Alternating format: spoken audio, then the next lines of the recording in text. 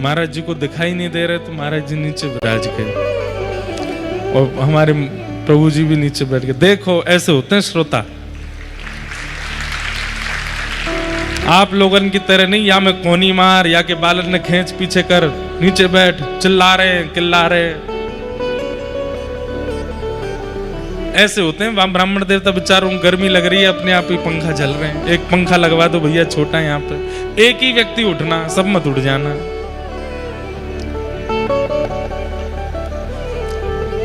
सह रहे हैं बेचारे, इनको मिलेंगे ठाकुर जी अवश्य।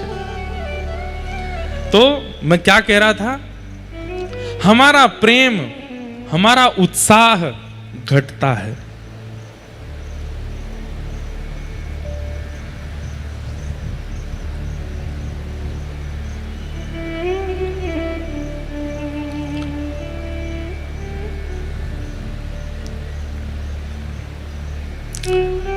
उत्साह बढ़े तो समझो कि भजन बन रहा है और भजन के साथ साथ चित्त के विकार नष्ट हो रहे हैं। अगर वो विकार अब भी चित्त में हैं तो उत्साह घटेगा, बढ़ेगा नहीं। ब्रजवासियों की यही स्थिति हुई है, जब से लाला को जन्म भयो है उत्साह बढ़ रहे हो है सबन को। आज ऐसे उत्सव मनाएंगे, आज तो अष्टमी है, लाला को जन्मोत्सव मनेगो, आज तो बुधवार है, लाला को जन्मोत्सव मनेगो। अरे मैया आज तो मंगलवार है, लाला को मैया के मंगलवार को काई को उत्सव होएगो। बोले मैया तेरे लाला ने आंख तो मंगलवार को खोली ना, वाको उत्सव मनेगो, हर मंगलवार को आंख खोलवे को उत्सव।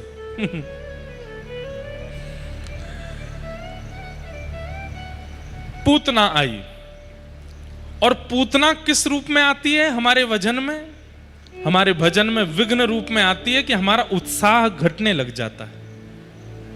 अच्छा एक बात, पूतना का आगमन होता क्यों है? हमारे भजन में कटौती होती क्यों है? ऐसा कौन सा अपराध हमने किया है जिसके कारण भजन में, सेवा में, कथा में हमारा उत्साह घटता है? वैष्णव अपराध, भक्त अपराध, वैष्णव अपराध। मान लीजिए कोई संत आपको मिले खरगोन में, और उन संत से जब आप मिले तब तो बहुत प्रेम से मिले, लेकिन 2-4 दिन बाद आपके मन में आया कि यार वो संत महात्मा हमको मिले थे, हमें लगता है वो इतने अच्छे हैं नहीं जितने अच्छे दिखा रहे थे। हो गया वैष्णव अपराध। हम ओमकारेश्वर गए थे, महादेव की पूजा कराने वाले पंडित जी, हमें लगता नहीं है वो ज्यादा ज्ञानी थे। हो गया वैष्णव अपराध। हम वृंदावन गए थे, बिहारी जी का दर्शन करके हमको लगा ये बिहारी जी तो ऐसे ही सब जगह इतनी ख्याति हो गई, बिहारी जी में इतना विशेष कुछ है नहीं। हो गया अपराध। व्रजवासियों के प्रति, संतों के प्रति, ब्राह्मणों के प्रति, विप्रों के प्रति, भगवत भक्तों के प्रति सूक्ष्म से सूक्ष्म भी भावना आपके मन में आती है कि ये श्रेष्ठ नहीं है, वही अपराध है, और उसी के कारण भजन घटता है, पूतना आती है। इसलिए हमारी प्रार्थना, कोई यदि आडंबर भी कर रहा है ना तो भी आप उसको प्रणाम ही करो। आप अपने मन में उसके प्रति दुर्भाव मत लेकर के आओ। ठाकुर जी देख लेंगे अगर कोई आडंबर कर रहा होगा, नाटक कर रहा होगा। आपके पास अधिकार नहीं है उसकी स्थिति को आकलन करने का। आज सुबह प्रेस वार्ता हुई, उसमें हमसे बार बार यही पूछा जा रहा, संत ऐसे क्यों करते हैं, वक्तागणों के कथाओं में ऐसा क्यों होता है, ऐसा क्यों? देखिए, आप उनको वैष्णव ही मानो, आप उनको वक्ता ही मानो, आप उनको संत ही मानो। आप उनमें यदि दुर्भाव और दोष देखने लग जाओगे तो आपसे अपराध बनेगा। आप कहेंगे महाराज जी ऐसे तो फिर किसी का विरोध ही नहीं होगा, सब गलत से गलत करते जाएंगे। देखो हमारी एक बात, कोई व्यक्ति गलत करता है और कोई व्यक्ति आडंबर पाखंड करता है, लेकिन आप फिर भी उसके प्रति श्रद्धा रखते हो, उसके प्रति आस्था रखते हो, जानते हुए भी आस्था रखते हो, तो आपकी आस्था उस व्यक्ति को सुधार देगी। आपकी आस्था उस व्यक्ति के चित्त से आडंबर को नष्ट कर देगी। ये बात आपको माननी पड़ेगी। इसलिए वैष्णवों के प्रति अपराध मत करो। पूतना आई, इतनी सुंदर बनकर के आई कि सब पूतना को देखते रह गए। नंद घरानंद भयो जय कन्हैया लाल की सब नाच रहे हैं, गा रहे हैं, उत्सव मना रहे हैं, लेकिन पूतना के आते सब उसको देखने लगे। इसकी चाल देखो, इसकी ढाल देखो, कितनी सुंदर है। और यही तो पूतना करती है, भजन में विघ्न, उत्सव में विघ्न, कथा में विघ्न, नाम जप में विघ्न। ये जो भी विघ्न आते हैं भगवत सेवा में, वही पूतना है। सब ब्रजवासियों को अपनी ओर मोहित करती हुई जैसी पूतना नंद भवन में गई, यशोदा मैया ने पूतना की ओर देखा। यशोदा मैया के चित्त में आया, इतनी सुंदरी आई है, अरे विधाता तेने कछु दिना पहले मेरो लाला भेज दिया होता तो यही ते ब्याह कर देती अपने लाला को, इतनी सुंदर। और पूतना से वार्ता करते हुए फिर मैया ने लाला को पूतना की गोद में दिया। अब यहां पे एक प्रश्न आता है, बहुत ध्यान से सुनिएगा।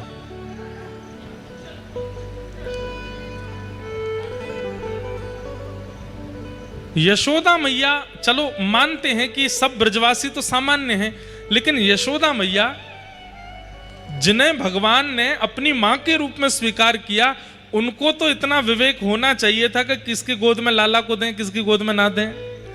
फिर यशोदा मैया ने ठाकुर जी को पूतना की गोद में क्यों दिया? इसके पीछे कारण क्या है? देखो, एक बात सबको पता है कि पूतना की गोद में जाती ठाकुर जी ने अपने नेत्र बंद कर लिए, देखा नहीं पूतना की ओर। लेकिन यशोदा मैया ने लाला पूतना की गोद में यामारे दिए, क्योंकि यशोदा कौन है? यशः ददाती, जो यश प्रदान करे उसका नाम है यशोदा। मतलब कार्य स्वयं करने के बाद दूसरे को श्रेय दे दे, उनको यशोदा कहते हैं। भोजन स्वयं बनाया, लेकिन बता किसका दिया? नहीं नहीं, उन्होंने बनाया, उन्होंने किया। सजावट खुद की, लेकिन पूरा श्रेय किसको? नहीं नहीं, उन्होंने करवाया, हमको तो आता ही नहीं, उन्होंने करवाया। इस प्रकार की भावना जिन लोगों की होती है उनको क्या कहते हैं? यशोदा, जो दूसरों को यश देते हैं। यशोदा मैया आचार्या हैं। उन्होंने मन में विचार किया कि पूतना राक्षसी है, रूप बदल करके आई है, ठाकुर जी के दर्शन की अधिकारिणी नहीं है, ठाकुर जी के स्वीकार की अधिकारिणी नहीं है। लेकिन जब इतने समीप आ गई है तो इसके दोषों का चिंतन करके मैं भगवान को इससे दूर क्यों रखूं? भले ही ये दोषी है, लेकिन समीप आई है तो ठाकुर जी को इसकी गोद में देना चाहिए, आचार्य भाव से। यशोदा कौन है? आचार्य। आचार्य की सन्निधि में जब जीवात्मा जाता है तो जीवात्मा दोष युक्त ही होता है, पर आचार्य कृपा करते हैं, भले ही इसमें दोष हैं, हे ठाकुर जी भले ही ये दोष युक्त है, पर आप फिर भी इसके पास जाके इस पर अनुग्रह करो। इसलिए यशोदा मैया ने ठाकुर जी दिए। भले ही पूतना अधिकारिणी नहीं है, लेकिन इतने समीप आ तो गई है, और इतने समीप आकर के भी ठाकुर जी नहीं गए, तो ये कैसी भक्त वत्सलता, कैसी कृपा। इसलिए ठाकुर जी दिए। पूतना की गोद में ठाकुर जी दे दिए। भगवान ने अपने दोनों नेत्र बंद कर लिए, नहीं देखा पूतना को। क्यों? दो कारणों से ठाकुर जी ने नहीं देखा। पहला कारण, पूतना अपने वास्तविक रूप में नहीं आई है, रूप बदल करके आई है। और दूसरा कारण, पूतना भजनानंदियों के भजन में विघ्न डालती हुई आई है। समझ में आई बात? दो लोग ऐसे हैं जिनको ठाकुर जी नहीं देखते। पहले वो जो अपने रूप को परिवर्तित करते हुए घूमते हैं, जैसा उनका रूप स्वभाव गुण है वैसे नहीं रहते हैं, उसको छुपा करके घूमते हैं तो राक्षस लेकिन बने घूम रहे महात्मा, हैं तो व्यसनी पर बने घूम रहे महासात्विक। ऐसे लोगों को ठाकुर जी नहीं देखते। हैं तो लोभी, हैं तो क्रोधी, लेकिन दिखाएंगे कि हम तो बहुत सौम्य हैं, हमें तो गुस्सा आता ही नहीं, मन ही मन फूटे जा रहे हैं। हैं तो कामी, लेकिन दिखाएंगे ऐसे कि वो तो उनसे बड़ा कोई ब्रह्मचारी नहीं है। ऐसे लोगों को ठाकुर जी नहीं देखते।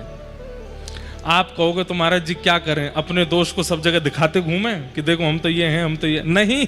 सबको दिखाते मत घूमो, लेकिन उस पर पर्दा डालते हुए भी तो मत घूमो। क्रोधी हैं तो हैं, ठाकुर जी के सामने जाके नित्य प्रार्थना करो, नाथ मेरा क्रोध कम कीजिए, मुझे क्रोध करना अच्छा नहीं लगता। कामी हैं, ठाकुर जी से प्रार्थना करो, हे नाथ कृपा कीजिए, मेरे अंदर ये दोष बहुत ज्यादा उछाल मार रहा है, इसको घटा दीजिए। मेरा भजन मेरा जप इसीलिए है कि मेरा दोष नष्ट हो। इससे क्या हुआ, आपने स्वीकार किया और ठाकुर जी के सामने प्रस्तुत किया। ठाकुर जी इससे प्रसन्न होते हैं।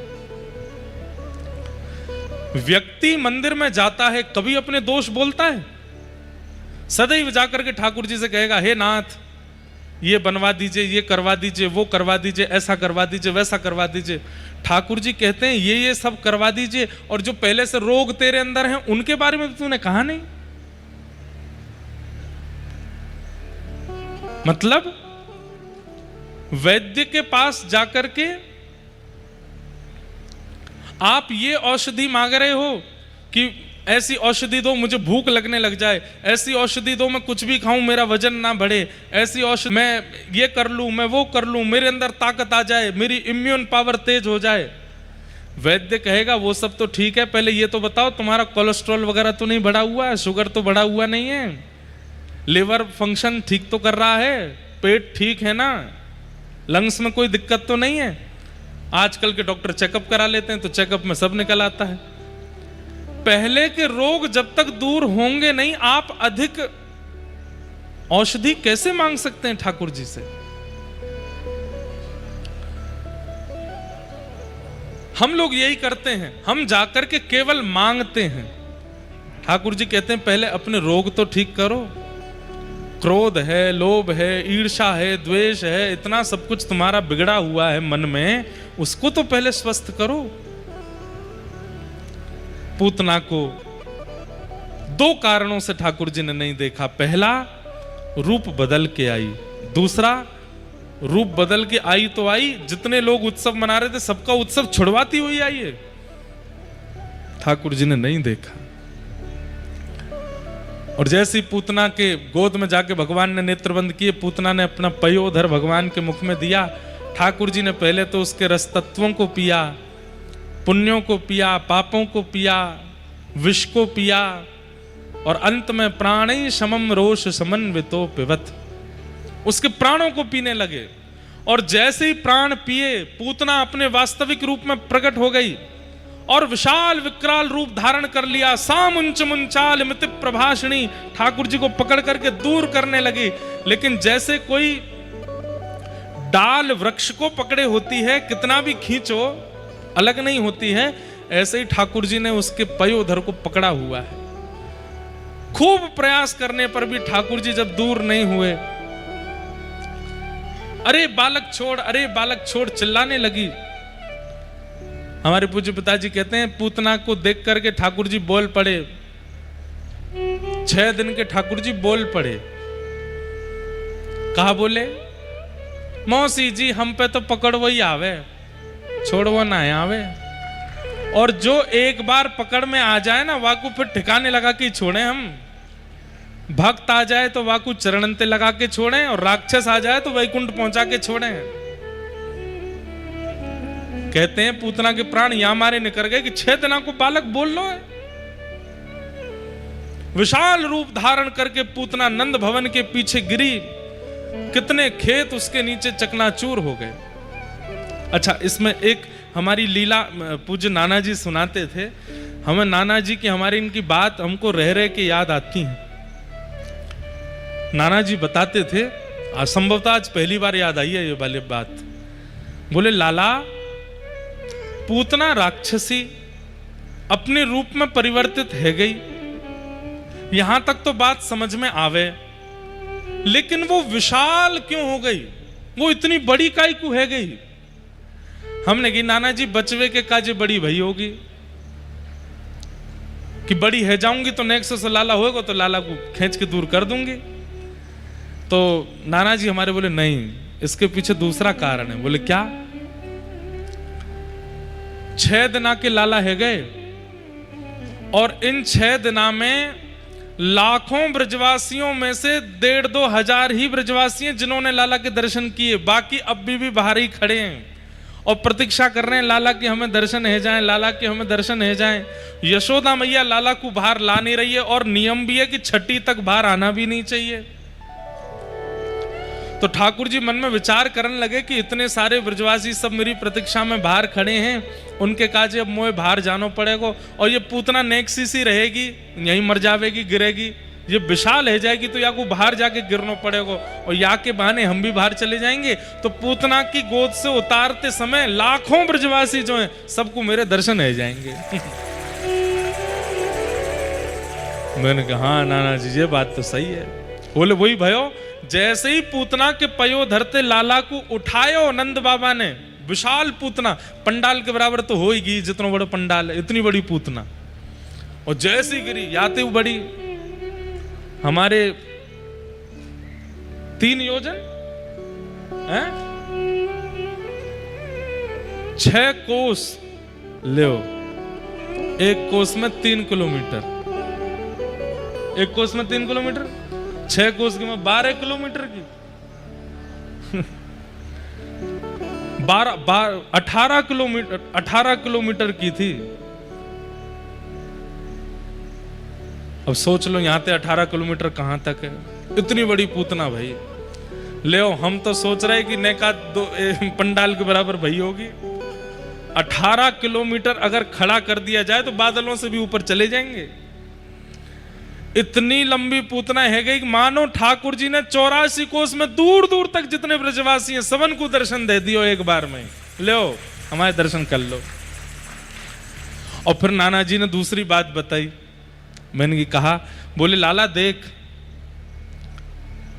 ब्रजवासीन को तो फिर भी 1-आध महीना और दर्शन चलते रहते तो सब ब्रजवासीन को दर्शन है ही जाते, लेकिन नंद भवन में जितनी गौशाला की गैया हैं वो मन में विचार करने लगी कि भैया ये सबरे ब्रजवासी नाच रहे हैं, गा रहे हैं, और इनके स्वर और नृत्य हमको बिल्कुल अच्छे नहीं लग रहे हैं। क्यों?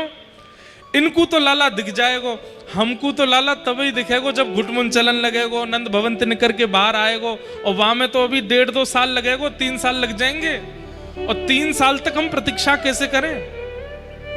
किसी व्यक्ति को बहुत जोर की प्यास लगी हो और पास में बैठा हुआ व्यक्ति पानी का बार बार नाम बोलता हो, आहा ठंडा पानी, आहा शीतल पानी, आहा बिल्कुल चांदी के गिलास में पानी ऐसे पिएंगे और गुटुक गुटुक पिएंगे, तो जिसको प्यास लग रही होगी वो कहेगी भैया तेरे हाथ जोड़े मत बोल। गैयाओं की यही स्थिति हो रही है। नंद भवन में जितने लोग उत्सव मना रहे हैं, नंद घरानंद भयो जय कन्हैया लाल की, ये सुनकर के गैयाओं के नेत्रों से आंसू आ रहे हैं। बोले तुम्हें तो दर्शन मिल जाएंगे, हमें कब मिलेगो लाला? हमारे काजी तो 1.5-2 साल बाद आवेगो बाहर। ठाकुर जी बोले ब्रजवासी इनको तो दर्शन है जाएंगे, पर ये गैया बड़ी व्याकुल है रही हैं, इनको कैसे दर्शन दूं? तो पूतना के बहाने ठाकुर जी नंद भवन से बाहर आ गए, और जैसे ही पूतना मर कर के गिरी, सब ब्रजवासिन को दर्शन देके नंद बाबा लेकर के लाला को नीचे आए। इतने में ही सब बूढ़े बुजुर्ग बोले राक्षसी तो छुप के आयो लाला, या को पहले भवन में मत लेके जाइयो, या को सबसे पहले गौशाला लेके जाओ, और वहां जाकर के गैया के मूत्र से या को स्नान कराओ, गैया की पूंछ से या को झाड़ो लगाओ, वाके बाद लाला पे जितनी अला बलाएं होंगी सबरी हट जाएंगी, वाके बाद लेके जाइयो। तो 6 दिना के ठाकुर जी ने सब ब्रजवासिन को दर्शन दे दिए, और पूतनाते छुबने को बहानों लगा करके गौशाला गए, सबरी गैयान को भी उत्सव मनवाए दियो। गैयान को आज आनंद भयो है। जैसे ही गोपी लाला को लेकर के गौशाला पहुंची हैं, भागवत जी में वर्णन है, गौशाला में ले जा करके सब गोपीन ने ठाकुर जी को गौमूत्रेण स्नापित्वा पुनर्गौरज सार्वकम, गौमूत्र से पहले तो स्नान कराया, और स्नान करा करके गौ की चरण रज खुर रज ठाकुर जी के 12 अंगों पर लगाई है, और गाय की पूंछ से यशोदा मैया आदि सब गोपियां लाला को झाड़ो लगा रही हैं। अच्छा एक बात, झाड़ा लगाते समय मंत्र कौन से बोल रही हैं? कितनी सुंदर बात है भागवत जी की। झाड़ू लगाते समय सब गोपियां मंत्र कौन सा बोल रही हैं? सब गोपियां क्या कह रही हैं कि गौमूत्रेण स्नापित्वा पुनर्गो रजसार्भकम रक्षाम चक्रुश्च सकृता द्वादशांगेषु नामभिः अव्यान्दजोऽङ्घ्रिमणिमास्तव जन्वथोरु यज्ञोच्युतः कटितटं जठरं हयास्य हत्केशवस्तदुरु तदिनीस्तु कंठ विष्णुर्भुजं मुखमुरु क्रम ईश्वरः कम्। गोपियां जब ठाकुर जी की भुजा पे झाड़ा लगाती हैं तो भुजा पे झाड़ा लगाते हुए कहती हैं, हे केशव भगवान हमारे लाला की भुजा की रक्षा करियो। जब ठाकुर जी के उदर पर झाड़ा लगाती हैं तो कहती हैं, हे नारायण भगवान हमारे लाला के उदर की रक्षा करियो। जब चरणों में झाड़ा लगाती हैं तो कहती हैं, हे विष्णु भगवान हमारे लाला के चरणों की रक्षा करियो। और ये झाड़े के मंत्र सुनकर के ठाकुर जी बड़ी जोर से हंस रहे हैं। क्यों? मेरो ही नाम है और मेरे नाम तो मोई ये झाड़ू लगा रही हैं, मेरे ही अंग प्रत्यंगन को प्रसन्न करने की भावना कर रही हैं। पर वास्तव में ठाकुर जी की हर लीला के पीछे एक संकेत है। और यहां संकेत क्या था? पूतना के द्वारा ठाकुर जी बाहर निकसे और बाहर निकस करके ब्रजवासी और गैयान को दर्शन दे के आए हैं। 6 दिनाते यशोदा मैया जो छुपाई के बैठी लाला को आज सबन को दर्शन है गए हैं और पूतना को वध भयो। बोल पूतना मर्दन भगवान की। ठाकुर जी ने पूतना को वध किया। अब धीमे धीमे ठाकुर जी 3 महीना के है गए और जैसे ही लाला 3 महीना के भय सोई लाला ने करवट बदली। पहली बार करवट लई है और जैसी करवट लई यशोदा मैया तो नंद बाबा ते कहने लगी, बोले मैं तो उत्सव मनाऊंगी। बोले काय बात को उत्सव? आज लाला ने करवट लई है। अच्छा एक बात बताएं, ठाकुर जी ने करवट भी रोहिणी नक्षत्र में लई है और रोहिणी नक्षत्र भी 3 महीना में ही आवे। तो मतलब ठाकुर जी के जन्मोत्सव के बाद पहला रोहिणी नक्षत्र जब आया तब ठाकुर जी ने करवट लई और वाह करवट उत्सव को पूरे ब्रजमंडल में मनाए हो गए। नंद बाबा सांडिल्य मुनि के पास गए। सांडिल्य मुनि तो जाके बोले, बाबा गुरुदेव कुल पुरोहित हैं, कहा बात है? बोले यशोदा जी कह रही हैं लाला को करवट उत्सव मनाना है। तो सांडिल्य मुनि जोरते हंसे, बोले करवट उत्सव जैसो कछुना है हमारे शास्त्रन में। बोले अब कह तो रही हैं, आप बताओ कहा करना चाहिए? बोले कोई बात नहीं, लाला के उज्जवल भविष्य के लिए, लाला की दीर्घायु के लिए उत्सव मनाओ। ब्राह्मणन को संतन को न्योतो दो और कारी पूड़ी और सफेद साग या को भोजन कराओ। कारी पूड़ी कौन सी है? मालपुआ। और सफेद साग कौन सा है? खीर। खीर पुआ को भोग लगाओ, चकाचक होन दो, ब्रजवासियों को आनंद कराए दो। और खीर पुआ बने हैं, सब ब्रजवासी दूर दूर से आए हैं और सब आकर के लाला को मंगल में करवट उत्सव मना रहे हैं, आनंद कर रहे हैं। ठाकुर जी गदमदरा से सब गोपी कोई लाला के हाथ पकड़े, पाम पकड़े तो मैया ने ले जाकर के लाला एक बैलगाड़ी के नीचे सुवाई दिए।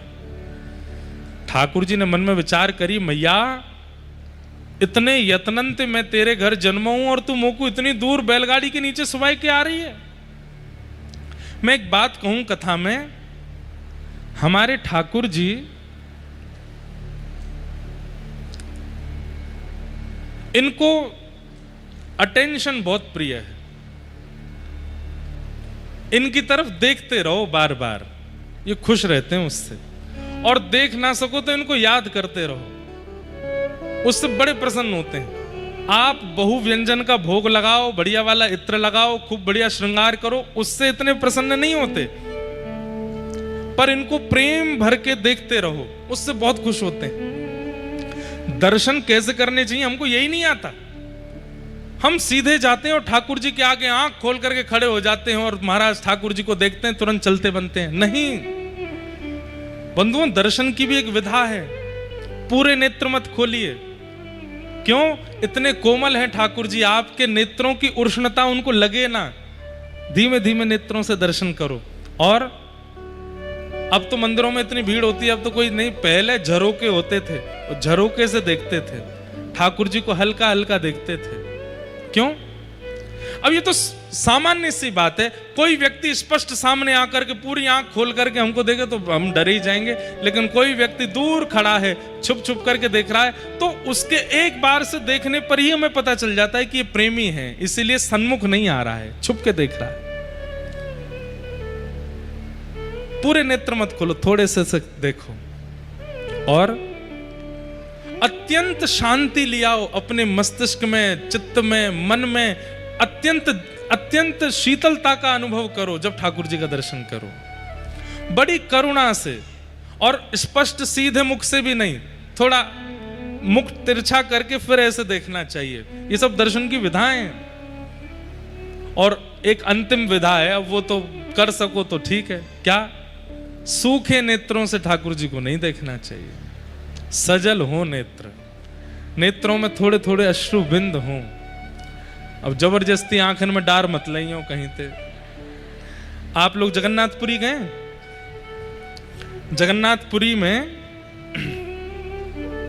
वहां के पुजारी जी हैं ना, पंडा पुजारी जो बैठे रहेंगे बाहर, वो कपूर का चूना करके रखते हैं अपने पास, चूरा करके, और जैसे कोई व्यक्ति दर्शन के लिए जा रहे होते हैं उनके यहां लगा लेते हैं थोड़ा थोड़ा। दो कारण हैं, एक तो उससे नेत्र शुद्ध होते हैं, और कपूर की सुगंधी आते ही, नेत्रों में पड़ते ही, जो भी मन में विकार चल रहे होते हैं सब समाप्त हो जाते हैं। करके देख लेना, कितनी भी टेंशन में हो, चिंता में हो, थोड़ा सा कपूर ऐसे मीड़ के यहां लगा लीजिए, थोड़ा आंखों के पास इधर, अपने आप जितनी चिंता चल रही थी मन में सब थोड़ी देर के लिए शांत हो जाएगी। और दूसरा कारण, कपूर जब यहां छुआ देते हैं तो थोड़ी नेत्रों में आंसू आ जाते हैं, तो मानो वहां के पुजारी कहते हैं, ऐसे तो भैया तू इतना जड़ है कि तेरे नेत्रंते आंसू आने क्यों रहे, तो हम ही तेरे कपूर लगा देने, सजल नेत्रंते देखियो जगन्नाथ जी को, ऐसा मत देखियो। दर्शन की ये विधा है। पहला, सन्मुख बिल्कुल सामने से मत देखो, थोड़ा तिरछे होके देखो। दूसरा, थोड़े नेत्र कम कम, थोड़ा तिरछे होके देखो। दूसरा, थोड़े नेत्र कम कम खोलो, ठाकुर जी को कहीं हमारे नेत्रों की चोट लगे ना, धीमे धीमे देखो। और जैसे संकोच होता है ना, संकोच में देखना, ऐसे संकोच में ठाकुर जी को देखो। किस भावना से? हम योग्य तो नहीं है पर हम खड़े हैं आपके सामने। और तीसरा, सजल नेत्रों से देखो ठाकुर जी को। और चौथा, जो देखा है उसे नेत्र बंद करके अपने पलकों के भीतर छुपा लो। आहा,